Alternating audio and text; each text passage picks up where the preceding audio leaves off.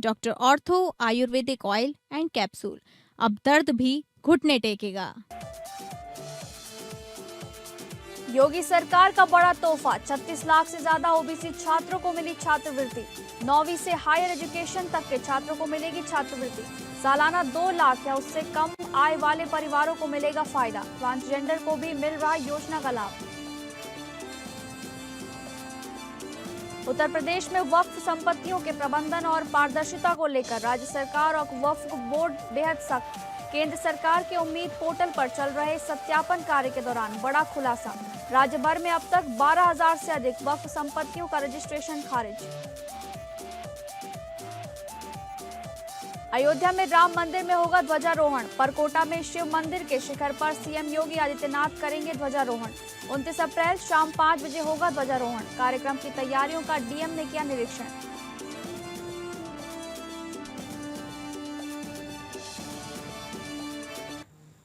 नमस्कार। हिसाब किताब के इस खास शो में मैं हूं डॉक्टर प्रसून। पश्चिम बंगाल की राजनीति इस समय अपने सबसे दिलचस्प मोड़ पर है। 2021 के विधानसभा चुनाव और 2024 के लोकसभा चुनावों के परिणामों के बाद 2026 का चुनाव केवल एक सत्ता परिवर्तन की लड़ाई नहीं, बल्कि बंगाल के राजनीतिक डीएनए के वर्चस्व की लड़ाई बन गया है। बंगाल का सत्ता समीकरण मुख्य रूप से 4 स्तंभों पर टिका हुआ है। ममता बनर्जी की राजनीति का सबसे बड़ा आधार उनकी लोक लुभावन योजनाएं हैं, जो टीएमसी के अभेद्य दुर्ग और कल्याणकारी सुरक्षा चक्र का काम करती हैं। बंगाल की सीएम ममता बनर्जी की लक्ष्मी भंडार योजना के तहत महिलाओं को मिलने वाली सीधी आर्थिक मदद ने टीएमसी के लिए एक ऐसा वोट बैंक तैयार कर दिया है जिसे भेदना विपक्ष के लिए मुश्किलों से भरा है। बंगाल में करीब 27 से 30% मुस्लिम आबादी है। मालदा, मुर्शिदाबाद, उत्तर दिनाजपुर जैसे जिलों में यह आबादी निर्णायक है। टीएमसी का प्रयास मुस्लिम वोट को बिखरने से रोकना है, क्योंकि यहाँ सेंधमारी का मतलब सत्ता से बेदखली हो सकता है। पिछले कुछ चुनाव में हाशिए पर रहने के बाद वामपंथी दल सीपीएम इस बार नए और युवा चेहरों जैसे मीनाक्षी मुखर्जी के साथ वापसी की कोशिश में है। सत्ता विरोधी लहर का सबसे बड़ा कारण आरजीकर कांड और संदेश खाली की घटनाएं बन रही हैं। इन घटनाओं ने बीजेपी को महिला सुरक्षा, भ्रष्टाचार के मुद्दे पर आक्रामक होने का मौका दिया। हाल के महीनों में कोलकाता के आरजीकर मेडिकल कॉलेज की रेप वाली घटना ने बंगाल की पारंपरिक सत्ता समीकरण को हिलाकर रख दिया। सड़कों पर उतरी जनता और राज दखल करो जैसे आंदोलनों ने संकेत दिया है कि अब एक बड़ा वर्ग और पार्टियां इससे उठकर जवाबदेही की मांग कर रही हैं। यदि वाम और कांग्रेस गठबंधन अपना वोट शेयर 10 से 12% से बढ़ाकर 15% ऊपर ले जाता है, तो यह सीधे तौर पर टीएमसी को नुकसान पहुंचाएगा और जिसका फायदा सीधे बीजेपी को मिलेगा। दक्षिण बंगाल के कुछ इलाके जैसे जंगल महल और तटीय इलाके टीएमसी के पावर हाउस हैं। यहाँ 150 से अधिक सीटें तय करती हैं कि कोलकाता के राइटर्स बिल्डिंग पर कौन बैठेगा। –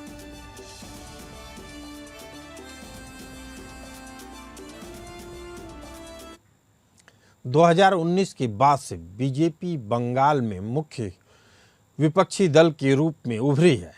बीजेपी शहरी मध्यवर्ग और उन युवाओं को साधने की कोशिश कर रही है जो रोजगार के अभाव में राज्य से बाहर जा रहे हैं। लेकिन बंगाल के सत्ता समीकरणों को गहराई से समझने के लिए हमें वहां 2 बड़े चेहरों की सीधी जंग और क्षेत्रीय सीटों के गणित को भी समझना होगा।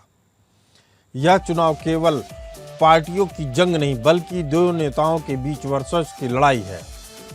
सीएम ममता बनर्जी के भतीजे अभिषेक बनर्जी को टीएमसी का भविष्य माना जाता है। ममता बनर्जी के बाद वे पार्टी के निर्विवाद नंबर 2 नेता हैं। ममता बनर्जी के भाई के बेटे हैं। विपक्षी दल अक्सर इस रिश्ते को लेकर पीसी भाईपो यानी बुआ भतीजे का तंज कसते हुए उन पर परिवारवाद का आरोप लगाती हैं। अभिषेक बनर्जी का पूरा जो तृणमूल 2.0 पर है, जहां वे पुराने नेताओं की जगह युवाओं को तरजीह दे रहे हैं। उनका डेटा ड्रिवन कैंपेन और बूथ स्तर का मैनेजमेंट जैसे तृणमूल नोबोजोवर टीएमसी को संगठित रखता है। बंगाल के नंदीग्राम में ममता बनर्जी को हराने के बाद शुभेंदु बीजेपी के लिए जायंट किलर बन चुके हैं। शुभेंदु अधिकारी टीएमसी की कार्यप्रणाली को अंदर से जानते हैं, इसीलिए उनके हमले सीधे प्रशासनिक भ्रष्टाचार और भाईपो यानी भाई भतीजावाद पर होते हैं। शुभेंदु अधिकारी का पूरा फोकस हिंदू वोटों के एकीकरण और टीएमसी के गढ़ों में सेंध लगाने पर है। ध्रुवीकरण और मतुआ वोट के प्रभाव को देखें तो सीएए और मतुआ समुदाय का समर्थन बीजेपी के लिए दक्षिण बंगाल की कई सीटों पर संजीवनी रहा है। बीजेपी शहरी मध्यवर्ग और उन युवाओं को साधने की कोशिश कर रही है जो रोजगार के अभाव में राज्य से बाहर जा रहे हैं। यदि यही आक्रोश ग्रामीण क्षेत्रों तक पहुंचता है तो टीएमसी के लिए अपनी सुरक्षित गढ़ों को बचाना भी बहुत मुश्किल होगा। उत्तर बंगाल की बात करें तो यहाँ बीजेपी का वर्चस्व रहा है। राजवंशी और आदिवासी समुदाय के वोट यहाँ सत्ता तय करते हैं।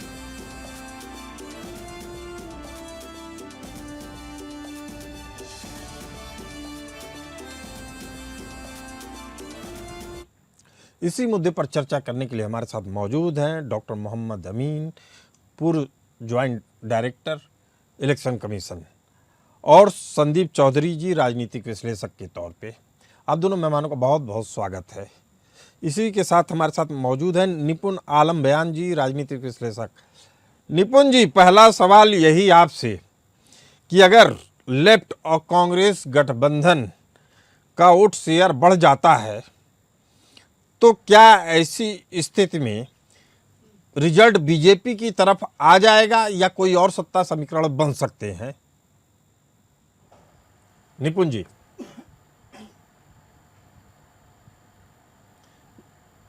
देखिए, जिस प्रकार से इस बार बीजेपी की तैयारी है और बीजेपी की तैयारी तरीके से चाक चौबंद, यानी कि हम देख सकते हैं कि चाहे प्रशासनिक रूप से काम करना हो या राजनीतिक रूप से काम करना हो, तो उम्मीद तो यही है कि बीजेपी का इस बार आना चाहिए, क्योंकि जिस प्रकार का एक भय का इन्वायरमेंट हम देखते थे, बोला जाता था, उस तरह का इन्वायरमेंट इस बार नहीं है। काफी अच्छी खासी फोर्सेस लगी हुई हैं, तो देखते हैं उसका रिजल्ट क्या रहता है। लेकिन मुझे उम्मीद है कि इस बार बीजेपी बहुत अच्छा प्रदर्शन और सत्ता में आने वाली।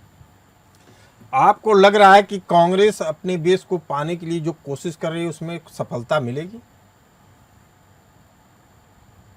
देखिए, कांग्रेस का आप प्रयास कर रहे हैं, लेकिन कांग्रेस के देखिए क्या कितनी सीट निकल सकते हैं कांग्रेस की, मुझे तो उम्मीद नहीं है। और कांग्रेस जिस प्रकार का प्रयास कर रहा है, मुझे तो नहीं लग रहा कि उतने ज्यादा नाकाफी। जिस प्रकार से फाइट आखिरकार दो ही पार्टी में है, टीएमसी और बीजेपी। इसके अलावा मैं नहीं मान के चल रहा कि कांग्रेस किसी भी तरीके से कोई भी चुनौती देने की स्थिति में या फाइट की स्थिति में। जी चलिए, हमारे साथ मौजूद हैं डॉक्टर मोहम्मद अमीन साहब। अमीन साहब, बंगाल में लाखों युवा मतदाता पहली बार वोट करेंगे। उन्होंने अभी तक जो पहली बार वाले मतदाता हैं, उन्होंने वामपंथी या कहा जाए लेफ्टिस्ट आइडियोलॉजी वाले शासन सत्ता को नहीं देखा है। क्या ऐसी परिस्थिति में उनके सामने सबसे बड़ा विकल्प क्या होगा? क्या सोचकर वो वोट कर रहे हैं? जी देखिए, जहाँ तक सवाल है यूथ का, तो यूथ जो है वो देख ही रहा है कि उसके सामने जो डेवलपमेंट हुए होंगे स्टेट के या उसके हित की कोई बात हुई होगी तो वो उसके बारे में सोचेंगे। अदरवाइज जो बीजेपी पार्टी है वो बढ़ चढ़ के हिस्सा ले रही है और उनके जो लीडर्स हैं वो पब्लिकली साफ सुथरा तरीके से बोल रहे हैं कि हम एक अच्छा शासन देंगे, एक हम अच्छा प्रशासन देंगे और हम आपको जॉब देंगे। डॉक्टर मोहम्मद अमीन साहब, आपकी बातों से साफ है कि रोजगार और भविष्य ऐसे युवाओं के लिए बड़ा मुद्दा है, न कि पहचान की राजनीति। या बंगाल की राजनीति में बड़ा बदलाव लाने के लिए काफी है?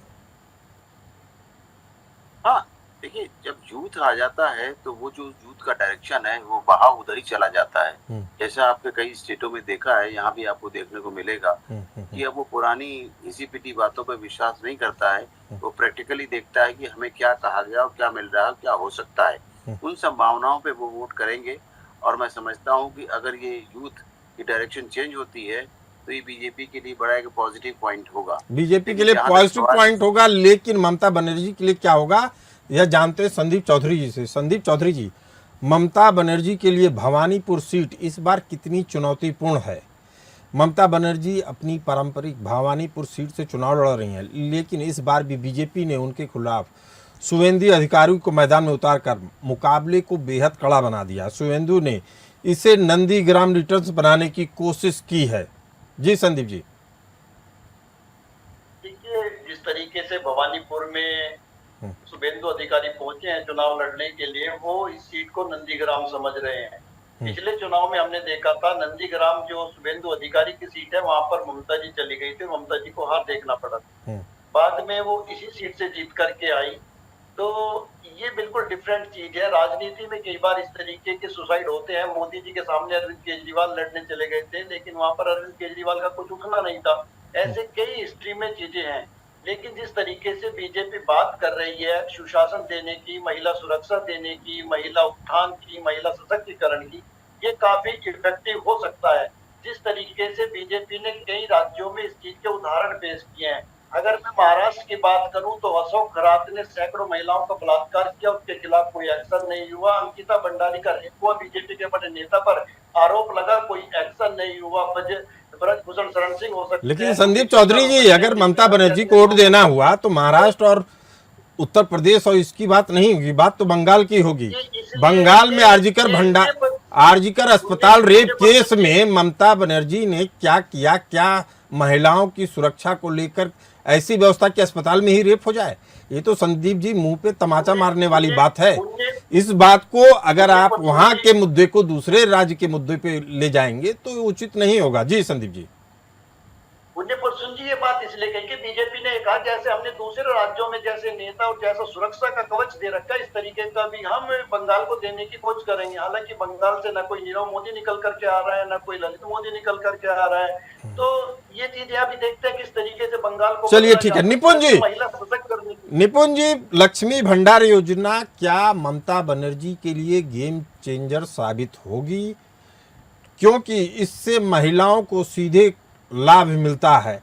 पहले बताया जा रहा था कि 1500 अब 3000। ऐसे में बीजेपी क्या इस तरह के प्रलोभनों का मुकाबला कर पाएगी? नहीं, देखिए, इस प्रकार के प्रलोभन काम तो करते हैं और हमने दिल्ली में देखा 2100, 2500, फिर बिहार में हमने देखा। तो काम तो किया इस तरह के जो भी आपकी स्कीम्स आती हैं और खास तौर से महिलाओं को लेकर। देखिए, ममता बनर्जी का जो सबसे बड़ा वोट बैंक आपको देखने को मिलेगा महिलाओं में, जो उनकी लोकप्रियता है निश्चित रूप से, और इस प्रकार की स्कीम उनकी और स्ट्रेंथ को मजबूत करेगी। लेकिन बीजेपी भी तो अपने बहुत सारे एजेंडे लेकर आई है। अगर उनके मैनिफेस्टो देखें तो महिलाओं के लिए बहुत सारी चीजें उन्होंने रखी हैं, और खास तौर से जो नारी शक्ति अभिनंदन बिल आया था उसका एक बहुत ही पॉजिटिव मैसेज बीजेपी ने देने का प्रयास किया है कि हम तो लाना चाहते थे लेकिन विपक्ष के द्वारा ये नहीं आने दिया गया। वो भले ही मुद्दा कुछ भी रहा हो, पब्लिक में जिस प्रकार की मैसेजिंग गई है वो मैसेजिंग बीजेपी ने खूब लाभ लश्कर के साथ में पहुंचाने का प्रयास किया है। तो मुझे लगता है कि वो भी बीजेपी इस बात को काउंटर करके चल रही है, काउंटर करके चल रही है। इसी से जुड़ा एक और सवाल है कि आपको क्या लगता है कि ममता बनर्जी के लिए भवानीपुर सीट, जबकि उनके खिलाफ फिर से शुभेंदु अधिकारी आ गए हैं, एक चुनौतीपूर्ण मुकाबला होगा? देखिए, निश्चित रूप से एक लंबा समय ममता बनर्जी का हो चुका है और हम हर चुनाव में देखते हैं जिस प्रकार से वहाँ वायलेंस होता है, सब कुछ होता है। तो वो एक नेगेटिव कैंपेनिंग बिहार में, बंगाल में बन चुकी है कि जो ममता बनर्जी की सरकार है वो गुड गवर्नेंस देने में फेल रही है। इस प्रकार का, चाहे आप प्रोपेगेंडा मान लीजिए या रियलिटी मान लीजिए। अभी आपने केस का जिक्र किया, उस केस को भी बीजेपी ने जिस जो पीड़ित थे उन पीड़ित को टिकट देकर उसको भी कैश कराने का पूरा प्रयास किया। और ऐसी शुभेंदु अधिकारी का भी मैं देख रहा हूँ इस बार, जिस प्रकार से चुनावी कैंपेनिंग उनकी देख रहा हूँ, तो वो बहुत अग्रेसिव है इस बार, पहले जैसी नहीं। यानी कि इस बार मुझे ऐसा लग रहा है कि बीजेपी डू एंड डाई की सिचुएशन आगे खेल रही है। तो मुझे लगता है कि चुनौतीपूर्ण होगा ममता बनर्जी के लिए वो सीट निकालना, और शुभेंदु अधिकारी के लिए भी हो सकता है ये राजनीतिक रूप से एक बड़ा भविष्य तय करने वाला हो अगर इस बार हारते हैं तो। चलिए, हमारे साथ डॉक्टर मोहम्मद अमीन है। मोहम्मद अमीन साहब, ममता बनर्जी बार बार कह रही हैं बंगाली बनाम बाहरी का मामला है। इस बार भी वह स्थानीय संस्कृति और पहचान को ढाल बनाकर बीजेपी के केंद्रीय नेतृत्व के खिलाफ तो प्रचार कर ही रही हैं, चुनाव आयोग को भी निशाने पर ले रही हैं। कह रही हैं ये सब जो चुनाव आयोग वाले भी हैं ये भी बाहरी लोग हैं जो हमारे यहाँ के सभ्यता संस्कृति को नुकसान पहुंचाना चाहते हैं। नहीं, पर्सनली जहाँ तक सवाल है इलेक्शन कमीशन का, इलेक्शन कमीशन को उन्होंने क्या, किसी ने नहीं छोड़ा है।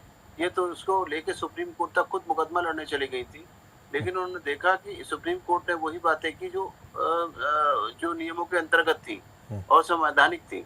बल्कि यहाँ तक कि उन्होंने SIR के बारे में बात की थी तो उसमें भी जो पिटीशन आए तो पिटीशन सुनने के लिए उन्होंने सुप्रीम कोर्ट ने ही यहाँ के न्यायिक अधिकारियों को ड्यूटी लगा दी, और न्यायिक अधिकारियों ने जो किया है निर्णय वो उन्हीं के स्टेट के लोग हैं। ऐसा नहीं स्टेट के ही न्यायिक अधिकारी हैं, स्टेट के लोगों ने किया है।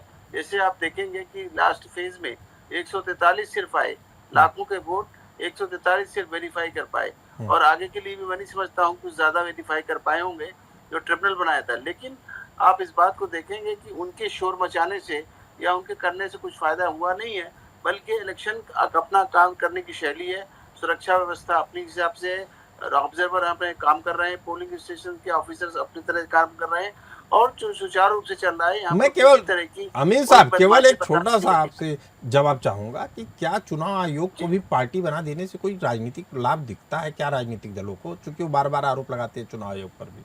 नहीं, देखिए इससे लाभ तो मिलेगा उनको, टीएमसी को लाभ ये मिलेगा कि बताएंगे कि भाई इनकी तरफ से लड़ रहा है, लेकिन ऐसा नहीं है। वहाँ देखने वाले भी लोग हैं, समझने वाले भी लोग हैं, और उनके साथ क्या गलत हो रहा है क्या सही हो रहा है उनके सामने होगा। जैसे याद होगा पहले की कॉलोनी के बाहर ताले लगा दिए जाते थे और कहा जाता था कि अगर बाहर निकले तो हम बम मार देंगे, और आज ठीक है इलेक्शन में आप जिसको चाहिए वोट दीजिए, उसके बाद हम आपके घर फूंक देंगे, और उनको घर खाली करा दिया जाता था, उनकी झुग्गियां फूंक दी जाती थी, उनके मकान जला दिए जाते थे, जो स्पष्ट तौर से पहले। और आज की डेट में आप देखेंगे पिछला एक राउंड निकल गया, पिछली बार 40 एक राउंड निकल गया, दूसरा राउंड आने वाला है। सांसें नेताओं की फूली हुई हैं, उनको समझ में नहीं आ रहा है जनता का मूड क्या है। हम चर्चा कर रहे हैं बंगाल विधानसभा चुनाव की। उत्तर बंगाल जहां से 54 सीटें आती हैं, यहाँ बीजेपी का मजबूत गढ़ है। राजवंशी, गोरखा और आदिवासी समुदाय निर्णायक हैं। अलग राज्य यानी यूनियन टेरिटरी की मांग भी यहाँ एक बड़ा मुद्दा है। संदीप चौधरी जी, क्या इस तरह की मांगों से वोटर्स पे फर्क पड़ता है?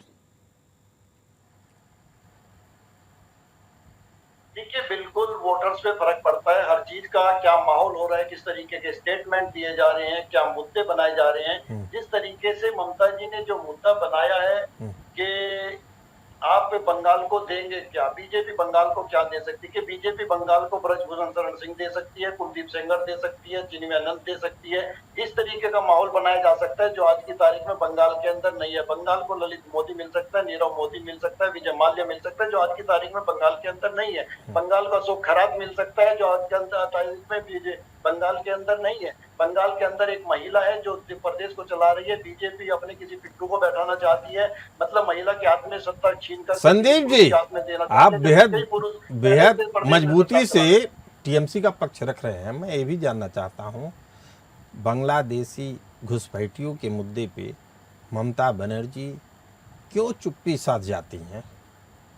देखिए बहुत अच्छा सवाल प्रसून जी आपने पूछा। ये पहली बात तो मैं किसी का पक्ष नहीं रख रहा हूँ, मैं सच्चाई रख रहा हूँ। अगर मैं ये कहूंगा कि भाई अभी बीजेपी के नेता ने अमेरिका के अंदर बैठ करके ये कहा कि देखिए हम अमेरिका की वजह से ईरान हमने छोड़ दिया, अमेरिका की वजह से रूस हमने छोड़ दिया। संदीप चौधरी जी, आप तो ममता बनर्जी की राजनीति पे पूछ रहे हैं ना कि बीजेपी पे। नहीं, सुन तो लीजिए संदीप जी, आपके साथ क्या है दिक्कत की आपसे हम पूछते कुछ हैं, आपसे पूछते हैं चांदपुर बताते हैं रामपुर, आप रामपुर की बात करेंगे तो कानपुर चले जाएंगे। ऐसे नहीं होगा। नहीं संदीप चौधरी जी, नहीं संदीप चौधरी जी, आपको सीधे ममता बनर्जी जी के उस पर बताना है। ऐसे तो अगर हम कथा सुनेंगे तो कथा में अनंत कथा शुरू हो जाएगी। फिर सुन लीजिए संदीप जी, सीधे मुद्दे पे बात करिए। सुन तो लीजिए, सीधे मुद्दे पे बात करिए कि घुसपैठियों के मुद्दे पे आखिर डिफेंसिव क्यों होती है ममता दीदी? अरे उस पे भी बात करेंगे, लेकिन पहले आप डिफेंसिव क्यों होती है ममता दीदी घुसपैठियों पे, इस पे बता दीजिए आप। पुण्य प्रसून जी घुसपैठिया बहुत बड़ा मुद्दा, इस पे बात होनी चाहिए, मैं इस पे जरूर बोलूंगा। देखिए, आप मुझे ये बताइए, अगर जम्मू कश्मीर के बॉर्डर से देश में घुस जाए तो क्या ममता बनर्जी जिम्मेदार है? गुजरात चलिए संदीप चौधरी जी, आप क्या बता रहे हैं इसका जवाब देंगे डॉक्टर मोहम्मद अमीन साहब।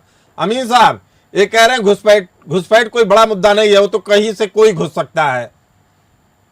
नहीं, उसकी जिम्मेदारी किसकी है? अरे राज्य सरकार की और किसकी है? राज्य सरकार की, ममता बनर्जी की है। आप पूरा उठा के बांग्लादेश बसाए जा रहे हैं सीएए के जरिए। सुन तो लीजिए संदीप चौधरी जी, जिम्मेदारी क्या ममता बनर्जी की है? शुतुरमुर्ग की तरीके से रेत में सर डाल देने से समस्या हल नहीं होती है, उसको फेस करना पड़ता है। डॉक्टर मोहम्मद अमीन साहब है। अमीन साहब ये पूछ रहे हैं कि किसकी जिम्मेदारी है घुसपैठ? देश के अंदर अगर मोहम्मद अमीन साहब को सुनिए। देखिए, जहां तक सवाल है प्रसन्न जी, हमारा जो इलेक्शन कमीशन ऑफ इंडिया है वो सिर्फ भारत नागरिकों को, जो भारत के नागरिक हैं उनको वोट देने का अधिकार देता है। और ये प्रथा रही है, आज से नहीं, बहुत पुरानी प्रथा है कि बांग्लादेश से 71 की बात आई थी और उस समय से काफी लोग हमारे यहाँ बांग्लादेशी आ चुके थे और अभी भी बीच में वो आते जाते रहते हैं। और जब ये हमारा SIR का मुद्दा शुरू हुआ था, उसमें वोटर लिस्ट में काफी लोग बॉर्डर पे पाए गए जो यहाँ से निकल के भाग गए थे। और यही वजह है कि आप देखेंगे कि 47 और 50 लाख के आसपास जो वोट कटे हैं और उनका कोई भी प्रमाण पत्र नहीं मिल पा रहा, ना वो उसको अपने वेरीफाई कर पा रहे हैं। तो यही वजह है। अब रुकिए, क्या है कि इलेक्शन कमीशन का तो काम नहीं है बांग्लादेशियों को भगाना, ये काम है सेंट्रल गवर्नमेंट का, गृह मंत्रालय का। लेकिन आप देखिए, जो हमारी रिपोर्ट जाएंगी जिलाधिकारी को जो रिपोर्ट जाएंगी, उन रिपोर्ट्स के आधार पर कार्रवाई होगी और उनको यहाँ से निकाला जाएगा। लेकिन इस समय कम है, इसलिए इलेक्शन के बाद ही संभव हो पाएगा। बाकी कितने यहाँ से घुसपैठिए निकाले गए। चलिए ठीक है। निपुण जी, आपसे यह जानना चाहेंगे कि अगर बंगाल में सत्ता परिवर्तन होता है तो क्या एक सबसे बड़ा कारण क्या होगा? अगर नहीं परिवर्तन होता है तो उसका सबसे बड़ा कारण क्या होगा? देखिए, अगर सत्ता परिवर्तन होता है तो उसका सबसे बड़ा कारण होगा कि जो एक लंबे समय तक ममता बनर्जी की सरकार रही और जो एक हिंदुत्व का मुद्दा रहा, उसको कहीं ना कहीं ममता बनर्जी की सरकार ठीक से कैश नहीं कर पाई या ठीक से उसको भुना नहीं पाई। कहीं ना कहीं जो एक वो भेदभाव देखने को मिला, उसको ही बीजेपी ने कहीं ना कहीं जगह दी है बंगाल के अंदर। नहीं तो बंगाल में बीजेपी का जगह नहीं बढ़ पाती। तो मुझे एक तो लगता है गुड गवर्नेंस, दूसरा जो बांग्लादेशी घुसपैठे का मुद्दा और तीसरा हिंदुत्व का मुद्दा, ये तीन मुद्दे ऐसे हैं जो बंगाल के चुनाव को प्रभावित कर रहे हैं। चलिए, लेकिन एक बड़ा सवाल है कि आखिर जो बुद्धिजीवी मतदाता था ममता दीदी से छिटका क्यों?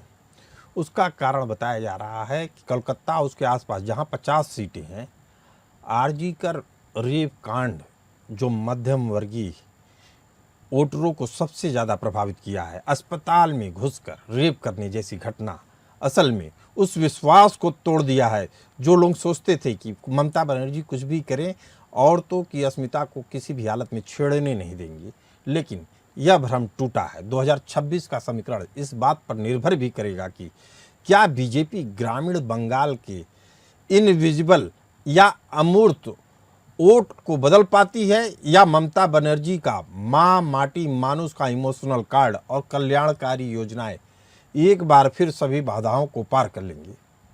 फिलहाल बंगाल की सत्ता की कुंजी महिला मतदाताओं और युवाओं के आक्रोश के बीच फंसी हुई नजर आती हैं। आप तीनों चर्चा में आप लोगों का बहुत बहुत धन्यवाद। फिलहाल इस चर्चा में इतना ही। हमें दीजिए इजाजत। नमस्कार।